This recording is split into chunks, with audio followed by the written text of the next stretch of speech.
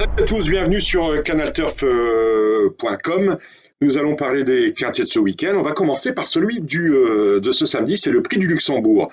C'est traditionnellement l'épreuve qui est organisée la veille du Grand Prix d'Amérique, vous savez, avec Bold Eagle, Ready Express, Bellina Josselin, Propulsion, j'en oubliais des meilleurs. Et ce Prix du Luxembourg se dispute sur la distance de 2100 mètres, départ l'autostart.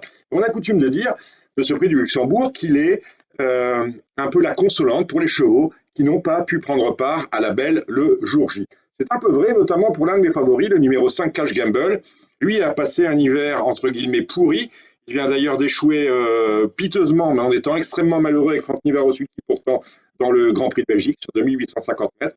Là, il trouve un super engagement au gain, engagement sur un parcours qu'il connaît bien, déféré des quatre pieds, et surtout, il a tiré l'un des meilleurs numéros possibles, puisqu'il hérite du numéro 4, du numéro 5, le couloir 5, autrement dit, c'est une première chance. Opposant lui deux chevaux, tout d'abord celui qui sera écrasé d'argent. On peut en effet parier sur moins d'égalité pour la candidature du numéro 2 King Game, vous le connaissez bien, il vient de très bien faire, s'imposant même sur plus long, alors qu'il était ferré. Là, il est déferré des quatre pieds, autrement dit, dans sa robe de mariée. C'est l'une des bonnes cartouches de Jean-Michel Bazir dans ce week-end. Grand favori, donc, on est obligé de glisser dans un quintet. Et puis, ma troisième base n'est autre que le numéro 7, Dijon. Dijon vise de cette épreuve de longue date. Dijon est un peu déclassé en termes de valeur ici, puisque c'est un cheval de groupe 1 qui est en plein sur sa distance. Les parcours de vitesse, ça le connaît. Donc, il peut, s'il surmonte le petit handicap que peut constituer le numéro 7 derrière l'autostart, il peut prendre une part active à l'arrivée. Donc on a trois bases a priori sûres, ne cherchez pas midi à 14h, car il me semble que ce quintet devrait sourire aux favoris, le 2 Klingem, le 5 Cash Gamble et le numéro 7 Dijon. On va passer maintenant en revue les autres concurrents de ce quintet, avec l'As Virjus du Mazza que l'on élimine parce qu'il est hors distance, c'est plus un cheval de tenue que de vitesse, donc on le laisse de côté. Le numéro 3, Valse de Rêve, ça va être vite fait. Elle vise d'autres courses trop montées. On laisse de côté. Quelle déception que ce meeting que fait Sharon Gare, le numéro 4. L'année dernière, elle avait montré de très belles choses, notamment sur ce parcours. On est à Vincennes où elle avait gagné à 2 reprises sur 2100 mètres. Et là, à mon avis, elle est à côté de ses sabots. On l'envisagera donc pour une 5e ou 6e place. Le numéro 6, Coup droit, vient d'être disqualifié. Il était mal engagé. Il était le seul à rendre à distance dans un quintet sur 2850 mètres. Il a été rapidement disqualifié, vous disais-je. Là, il se déférait des postérieurs. Mais lorsque vous lisez à droite et à gauche les rubriques d'entraînement de Paul Hagourt qui nous dit c'est sa dernière course chez vous. Si ça ne va pas, il rentrera chez moi, c'est-à-dire en Hollande. Autrement dit, on peut le laisser tomber. Le numéro 8, Valkyria OP, nous vient d'Italie. C'est une petite rentrée. On ne l'a pas vue de l'année.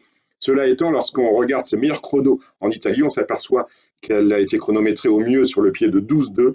Il va en manquer ici. Je viens de croiser Richard Westering qui présente le numéro 9, Dream Moco. Richard Westering m'a dit c'est bien dommage que j'ai tiré ce numéro 9 parce que, en attendant, il aurait une première chance maintenant. Le numéro 9 n'est pas favorable aux chevaux qui attendent ou alors vraiment en revenant de très loin.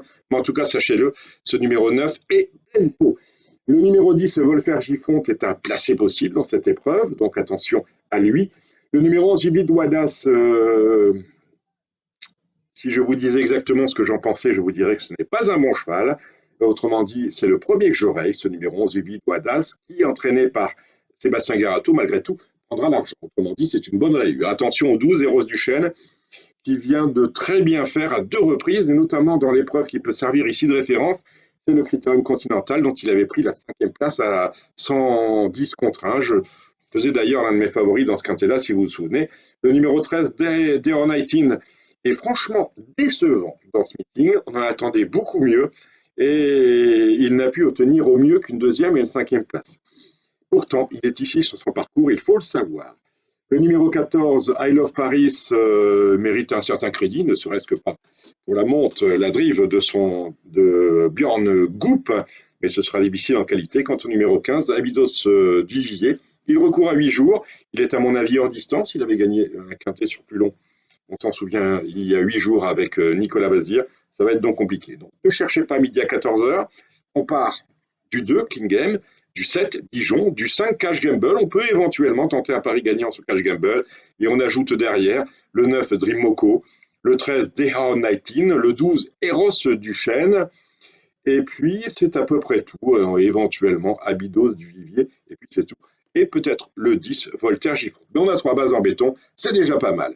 On se retrouvera demain, même endroit, même heure, pour parler du Grand Prix d'Amérique.